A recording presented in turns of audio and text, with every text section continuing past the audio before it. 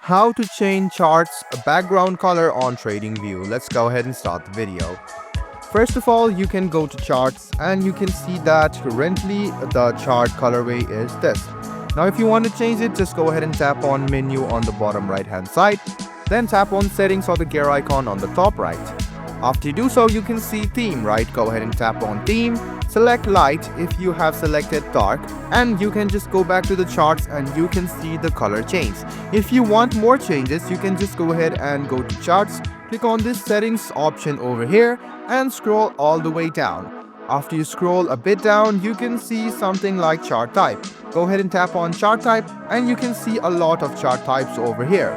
By clicking on this, the colorway can change as well. This is how easy it is to change the color or chart background on TradingView. I hope this video was helpful for you. Like the video, subscribe to the channel and do hit the bell button for more.